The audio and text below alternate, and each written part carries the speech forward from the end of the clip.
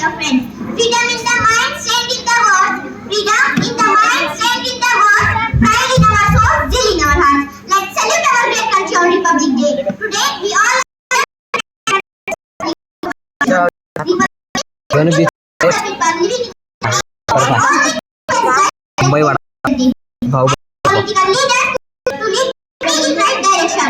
So, India is a republic country where public elects its leaders as a president, prime minister, etc. At this date, the constitution of India came into force in 1950. However, was adopted 26 November 1949 by the Constituent Assembly. On 26 January, India was declared Purna Swaraj, means complete independence of India, by the Indian National Congress in 1930.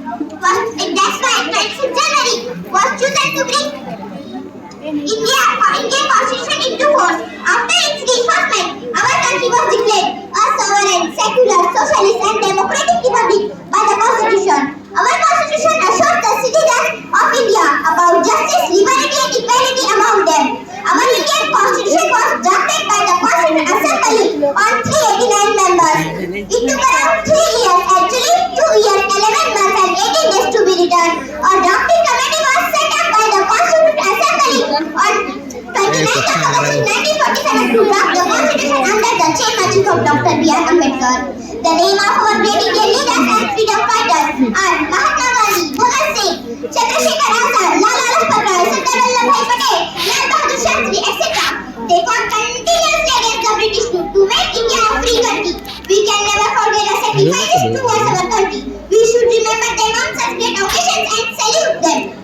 It has become possible just because of them that we can think our own mind and freely in our nation without anyone's force. As Bal Gangadhar Tilak said, Swaraj is my birthright and I shall have it. Sardar Vallabhbhai Patel said, take to the path of dharma, the path of truth and justice. Dr. Abdul Kalam has said that if a country is to be corruption free and become a nation of beautiful minds, I strongly feel there are 3 key societal members who can make all difference. They are the father, the mother and the teacher as a citizen of the country. We should think seriously about it and do all possible efforts to lead our nation.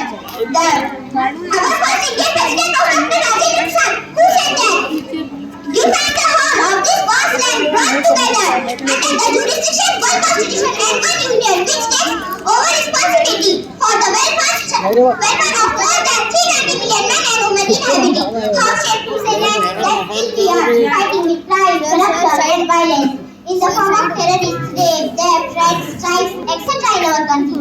Again, there is a need to get together to save our country from such slavery as it is fully common that not going to its main stream of development and progress. We should aware of our social issues like poverty, unemployment, illiteracy, global warming, inequality, etc. in order to solve them to go ahead. Let us all dedicate ourselves to serve the nation in every way we can. Let's salute our great Republic. Thank you, Jai Hind. Thank you very much.